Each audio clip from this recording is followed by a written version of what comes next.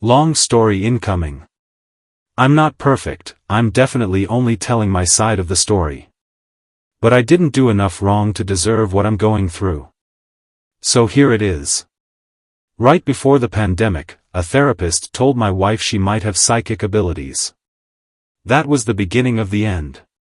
Slowly over time she became more and more obsessed with the paranormal and her abilities. It started with a podcast with a couple friends. That grew to a few trips to go on investigations. That grew to going to paranormal conferences and writing a love spell for someone with influence in that space.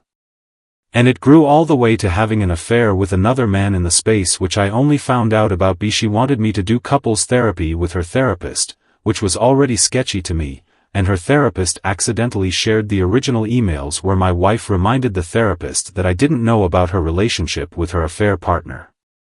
Through this time she lost half of her clients, self-employed, refused to be transparent with finances, insisted she'd be able to pay for half the bills, and you see where this is going. $80K in credit card debt was discovered when she could no longer give money for the bills. 2 times she pushed me to ask for a divorce. And she begged and promised she would work on herself, respect my boundaries, be more transparent, and do everything it took to earn my trust back that I had put the house up for sale earlier this year. We were going to move away and get a fresh start. I struggle with the mortgage on my own, and she could use cash for her debt. I took a trip to our new city to drive around, check out different areas, and tour a few apartments that I had finally started to trust her again. It was just becoming effortless to tell her I loved her again. I spent so much time and effort working through my feelings and betrayal to build that trust and love. I got home and she was 30 minutes late to pick me up from the airport, and I got frustrated with her, so I gave her a little word about how I always am sitting in the cell phone lot to make sure she waits as little as possible when I pick her up, but I guess I had more experience since she traveled significantly more than me even when we couldn't afford it. The next day she flew home to see her family for Thanksgiving.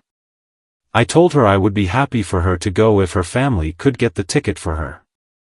And I'd stay home to save money. Her family extended the trip an extra week, so I was going to be alone for both Thanksgiving and my birthday.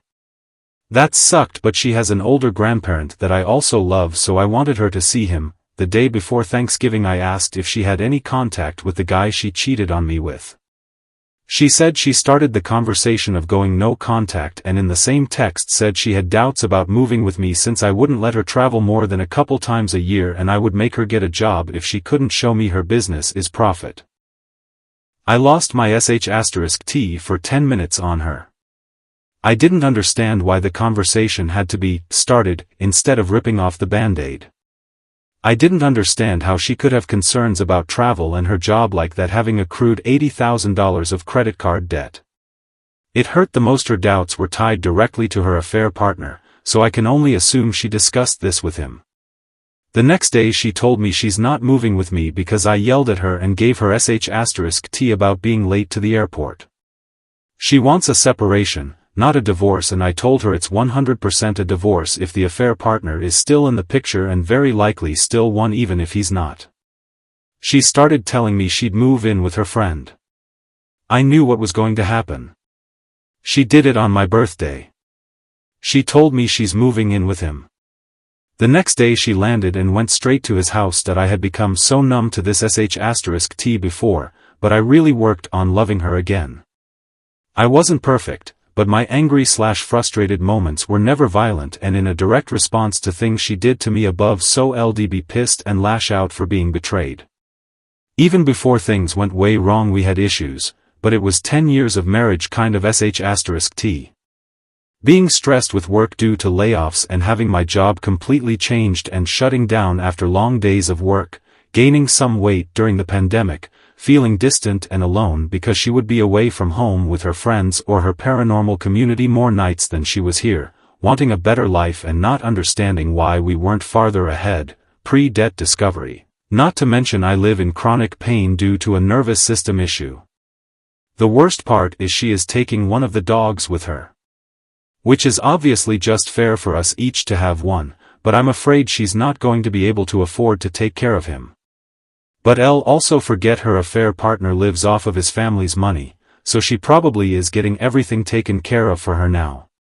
But the good news is under all this current pain is a lot of excitement for my next chapter. I get to start fresh. I'll have a nice savings account, I'm moving close to home so I'll already have friends, I already have a list of food I'm going to work through, I won't be wasting time and energy waiting for her to come home, I'm down to my college weight, I'm getting my condition checked out by some of the best doctors in the country soon. She really was just holding me back. It would have been so much easier if she just saw what I saw when I had asked for divorces earlier. But I don't regret giving more chances, trying to be more forgiving, or the work I put into loving her again.